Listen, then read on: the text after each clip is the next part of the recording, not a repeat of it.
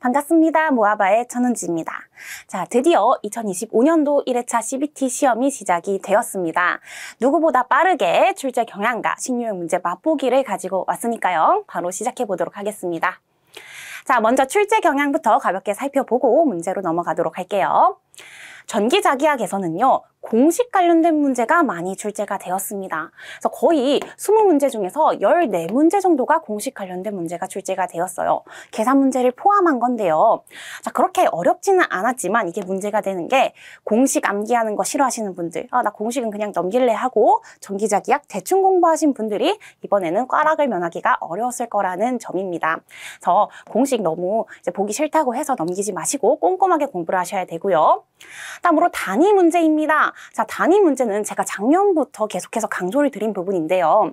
제가 2024년도에 2025년도 시험에 합격하기 위해서는 어떻게 해야 되는지 합격 전략을 소개하는 영상을 찍었습니다. 거기에서도 강조드린 부분이 바로 단위였습니다.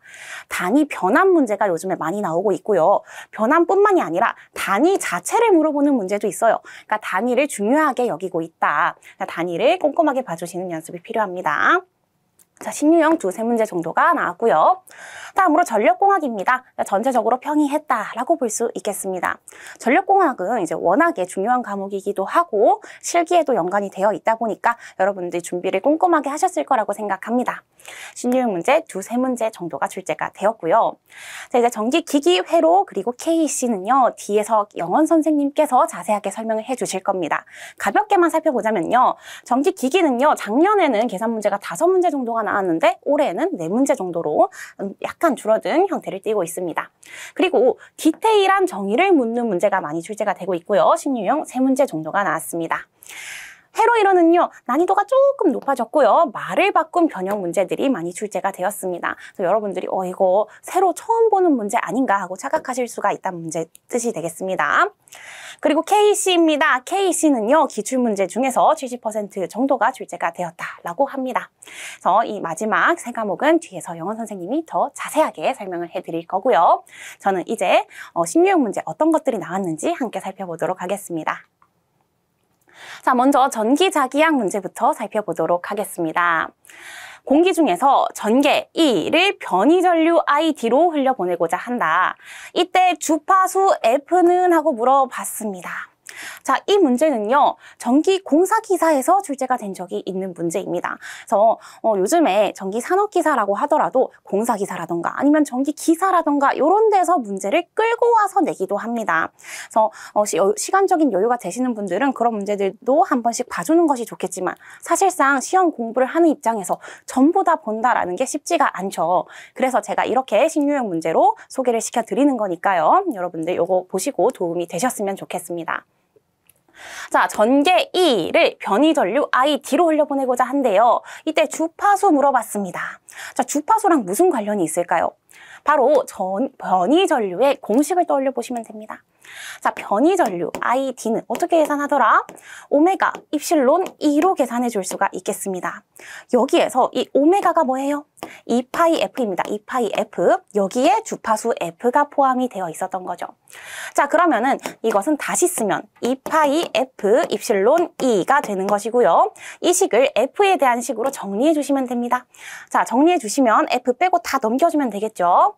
IT 나누기 2파이 입실론 2가 되겠네요. 자, 똑같은 거 골라주시면은 정답은 1번이 되겠습니다. 자, 사실 이런 문제가 전기산업기사에서 출제가 많이 되는 유형은 아니에요. 자, 변이전류를 물어보고요, 알려주고요. 그 다음 주파수 F를 물어봐서 이게 무슨 관련이 있지 하고 안 떠오를 수가 있습니다. 그래서 이 공식 다시 한번 잘 기억해 주시고 확인해 주시면 되겠습니다. 자, 다음으로 도전율의 단위를 물어보는 문제가 출제가 되었습니다.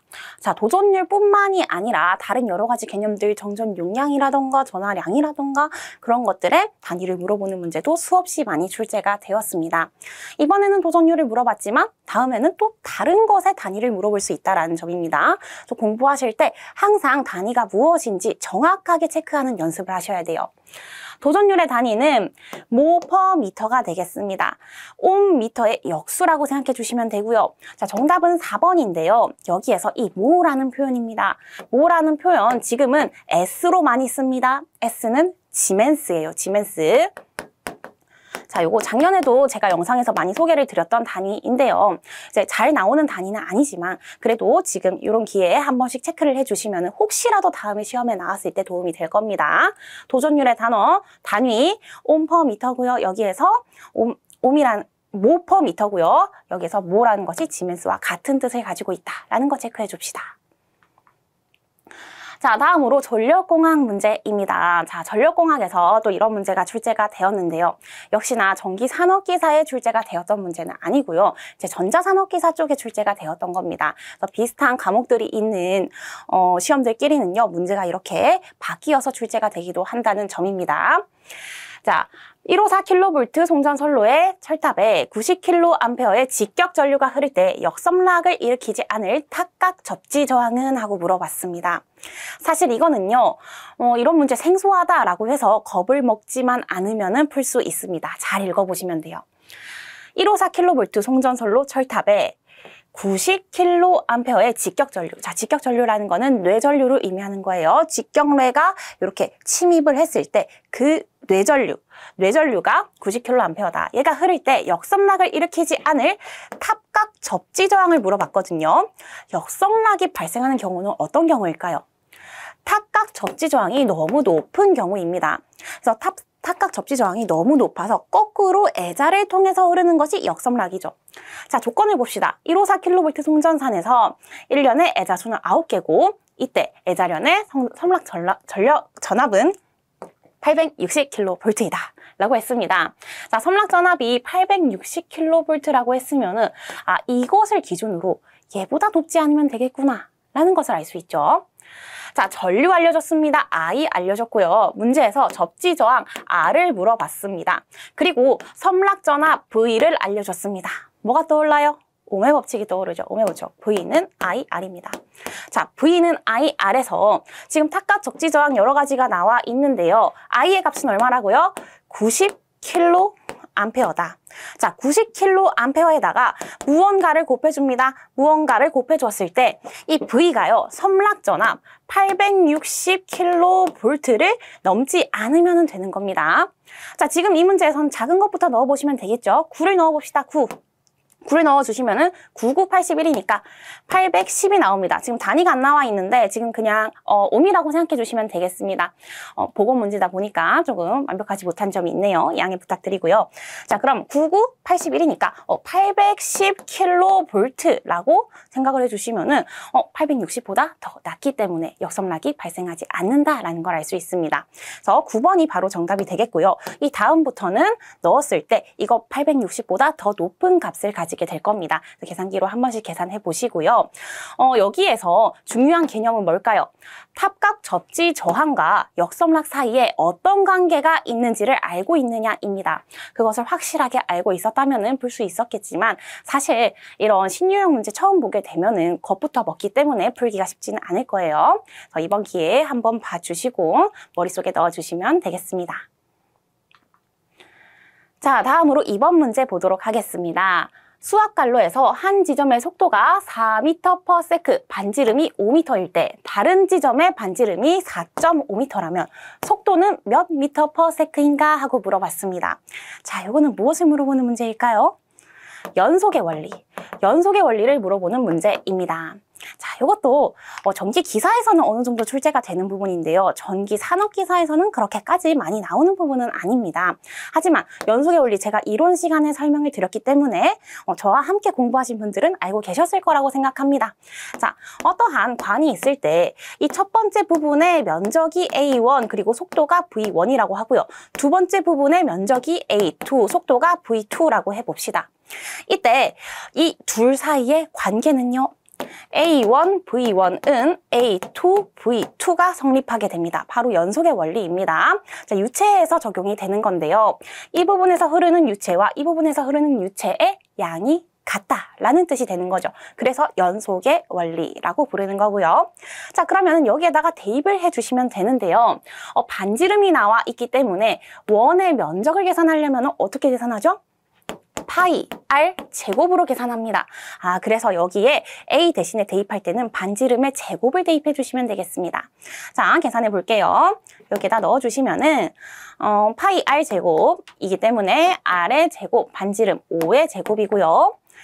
그 다음 여기에다가 v를 곱해주시면 되죠. 곱하기 4.5는 다른 지점에 반지름이 나와 있습니다. 파이 곱하기 4.5의 제곱에다가 궁금한 거 뭐예요? 속도입니다. 속도 모르는 건 v라고 넣어줄게요.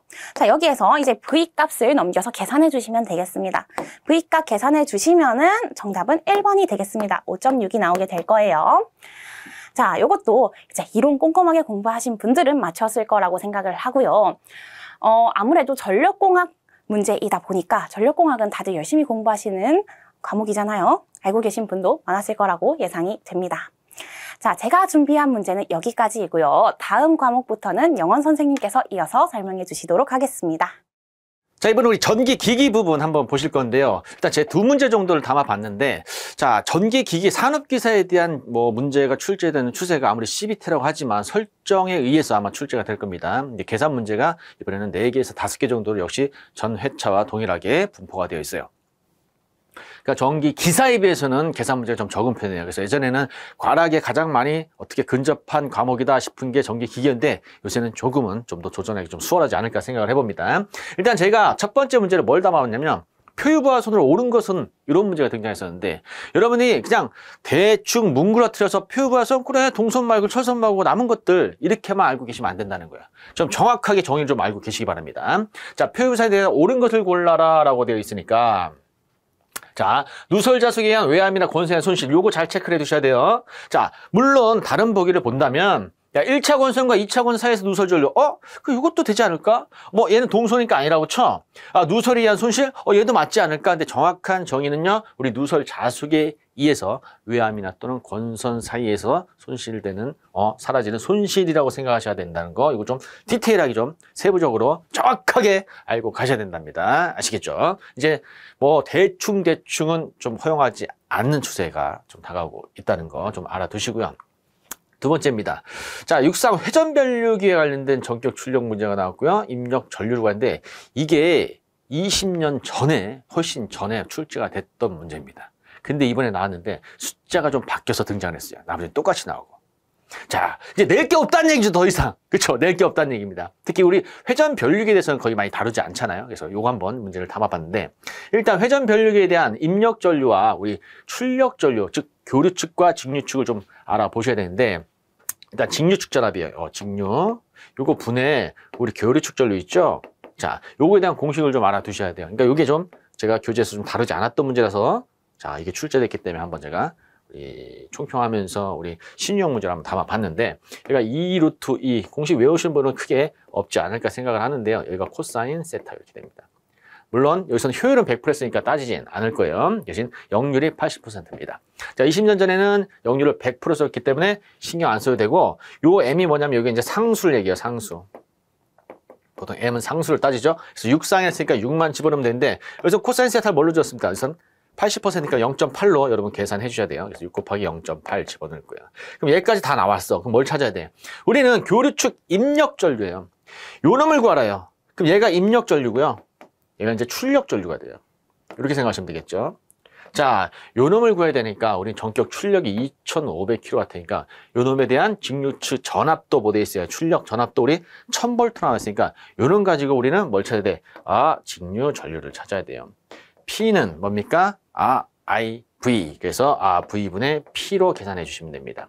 P가 얼마 나왔어요? 2500에다가 곱하기 단위가 kg니까 세제곱 들어갈 겁니다. 여기는 1000 나와 있어요. 1000은 또 10의 세제곱. 약분하니까 결국에는 2500A 되겠죠.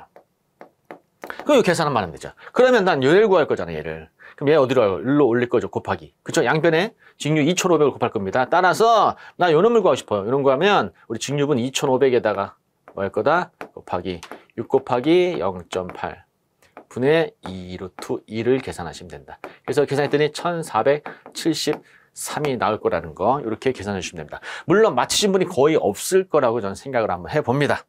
그래서 한번 문제를 담아봤습니다. 자, 이렇게 전기기기 한번 넘어가고요.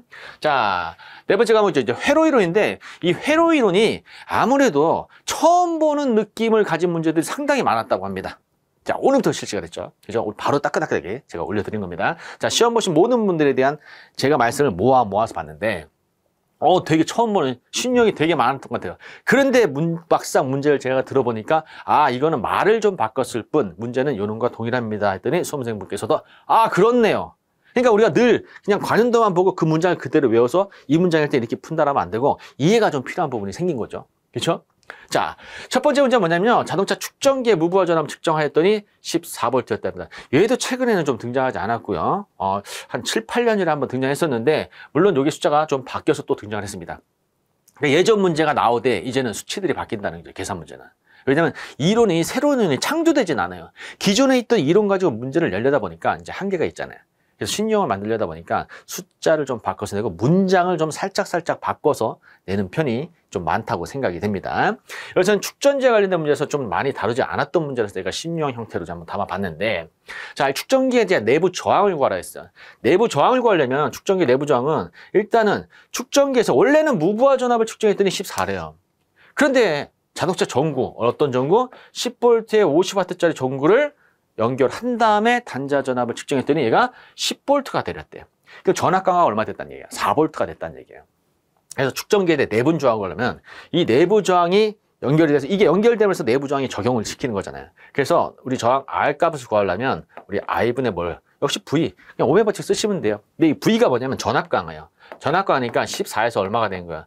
10을 뺀 4V가 된 거예요. 그렇죠? 그러면 우리 I를 구해줘야 된단 말이에요. I를. 그죠? I는 뭡니까? 우리 전구에 대한 요놈 I를, 전류는 어차피 요놈을 우리가 연결시키면서 전류가 흐르게 됐으니까 요놈에 대한 전류를 볼 겁니다. 그럼 P는 뭐가 돼요? VI니까 여기서 우리 I 값 구할 거예요. I는 뭐가 돼요? 우리 V분의 P로 바로 구하셔도 됩니다. 물론 이렇게 요 PI니까 I가 R분의 V니까 R분의 V 제곱입니다. 이렇게 구해도 I를 구하셔도 돼요. 그래서 R 값을 먼저 구한 다음에 결국에 해도 I 값은 똑같이 나올 거니까, 그렇죠? 여기서 그래서 I를 구했더니 P가 얼마 나왔습니까? P가 50이에요. 아유, 거꾸로 됐나요? 죄송합니다. I는 P분의, 여기가 50. 그죠? V가 얼마나 10이에요. 그래서 5A. 이렇게 계산하면 되겠죠. 5A니까 그대로 여기다 5A 넣고요. 그죠? 5분의 얼마? 여기 계산한 게 4. 그래서 0.8ohm입니다. 이렇게 계산해 주시면 됩니다. 아시겠죠? 그러니까 이런 문제들도 자동차 축전기라고, 그러니까 이 단어 자체가 좀 생소하잖아요. 혹시 자동차 축전기는 뭔가 다른 방법을 쓰는 게 아닐까라고 하는데 결국에는 우리가 배운 내용들을 토대로 계산하면 결과를 도출할 수 있다는 거, 이건 좀 참고를 해 보시고요. 두 번째 문제를 한번 담아봤습니다. 자, 이건 쉽지만 숫자가 계속 바뀌어요. 그렇죠? 이 내용만 좀 알아두시면 되는데 문장이 우리는 뭐가 다 있냐면 감극성이라는 얘기가 나왔어요. 감극성. 난 감극성 배운 적이 없는데. 자, 여기서 우리는 차동결선이 있고요. 그죠? 가동결선이 있습니다. 그럼 얘가 가동결선이 얘가 뭐냐면 얘가 가극성이 얘기하고요. 얘가 차동결선이 얘가 이제 감극성. 이렇게 여러분 판단하셔갖고 감극성이야? 그럼 우리 차동결선을 풀면 되겠구나. 그래서 공식이 L은 그죠? 우리 합성 인덕턴스는 L1 더하기 L2에다가 빼기 우리 감극성 차동결선이니까 빼기 2M에서 상호 인덕턴스 M 값을 구해낸다는 거죠. 그럼 여기 계산한 게 20mm래요. 네, 100mm에다가 또 100mm에다가 또 뭘까? 2M. M 값 구하니까 역시 2M은 뭐가 됩니까? 180이네요. 그래서 M 값은 얼마 나온다? 우리 90 나온다. 라고 해서 이렇게 우리 2번 선택하시면 됩니다. 그러니까 요 감극성 나왔다고 혼동하지 마시고요. 차동결선이구나. 그렇죠? 가극성 나오게 되면 우리 가동결성이구나. 이렇게 해서 공식을 좀 기억해 두시면 좋을 것 같습니다. 이렇게 회로 두 문제 한번 담아봤습니다. 자, 회로 문제는 여러분들이 기본에 꼭 충실하셔야 된다. 기출 문제만 갖고는 고득점을 맞기가 좀 쉽지 않다는 거예요. 그리고 회로이론이 전기 기사보다는 전기사는 10문제잖아요. 20문제잖아요. 영역이 스펙트럼이 더 넓어요. 그래서 뭐가 나올지 몰라. 좀 더 깊이 들어간 문제가 등장할 수 있어요. 저는 개인적으로 해서 산업기사에 대한 회로이론이 기사에 대한 회로이론보다는 좀 더 어려운 부분도 많지 않을까. 100%는 아니지만, 그죠? 어려운 문제는 어려운 부분이고, 그죠? 이거 좀 감안하셔가지고 조금 깊이 있게 좀 자세하게 원리까지도 좀 생각해 보시면 좀 도움이 많이 될 거라고 생각이 듭니다.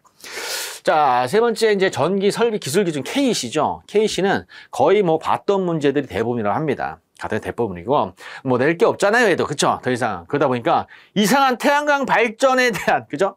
에너지 전기 관리 기사 이런 문제에서 막 끄집어내서 문제를 내더라고요. 그래서 요 문제가 한번 나왔는데 제가 한번 찾아봐도 KC에는 기출 문제가 나온 적이 없는 것 같아요. 한번 담아봤습니다.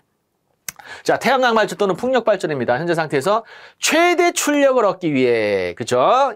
인버터 제어를 이용해서 전압과 속도 조정을 가능하게 하는 이거죠. 최대 출력 추정 방법입니다. 뭐 추정 방법이라고 얘기하기도 하고요. 추적 방법이라고도 이야기를 합니다. 자, 그럼 4개가 나왔는데, 자빠질 뻔했습니다. 큰일 날 뻔했네. 좀 오래 살아야 됩니다. 자, PV라 할 건데 이게 뭔 소리예요? 그죠? 자, 이 PV가 뭐냐면 패널 얘기하는 거예요. 패널. 태양광 패널 있죠? 패널. 그죠? 이 PCS가 뭐냐? 저장 장치를 얘기합니다. 저장 장치. 저장 장치. 그리고 요 놈이 우리 최대 출력 추정 방법입니다.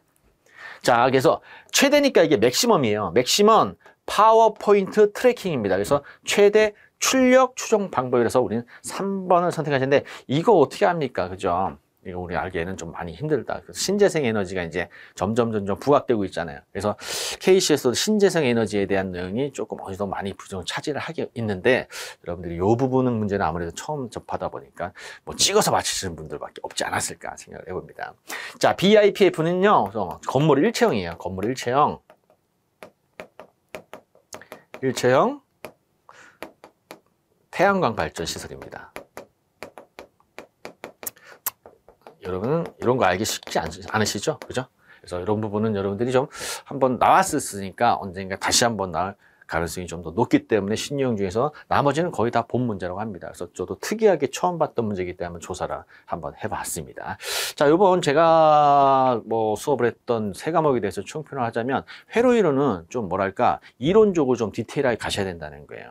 좀 세부적으로 원리라든지 그죠? 그걸 이해하면서 좀 파악을 하셔야만 문제를 접했을 때 여러분 당황하지 않으실 수 있을 것 같고 KC 문제는 아무래도 이제 관연도 측에서 많이 등장했으니까 관연도 부분을 여러분 잘 보시면 될 것 같습니다. 그래서 저기 기기는 계산이 좀 약하신 분들은 이제 부담 갖지 않으셔도 된다는 거. 5문제까지가 맥시멈이었던 것 같습니다. 최근 한 1년간에 대한 비율을 본다면 그래서 예전에는 10문제까지도 등장했는데 지금은 5문제 안쪽에서 등장하니까 여러분 맞춰야 될 계산 문제만 몇 개만 똑 집어서 공부하시고 나머지는 이제 특징이라든지 비교 이런 것도 암기법 많이 활용해 주시면 좋겠습니다. 그거 말씀하시더라고요. 파주이크 고낭동무 나왔습니다. 라는 말씀. 이거 너무 자주 나와. 그쵸? 그건 다 아시고 계실 거라고 봅니다. 저는 또 24년, 25년이죠 벌써. 25년도 2회차에서 바로 시험 보면 첫날에 다 모아서 그날에 대한 신용 문제 한번 다시 올리도록 하겠습니다. 다음에 찾아뵙고 이상 모아봐의 김영호였습니다.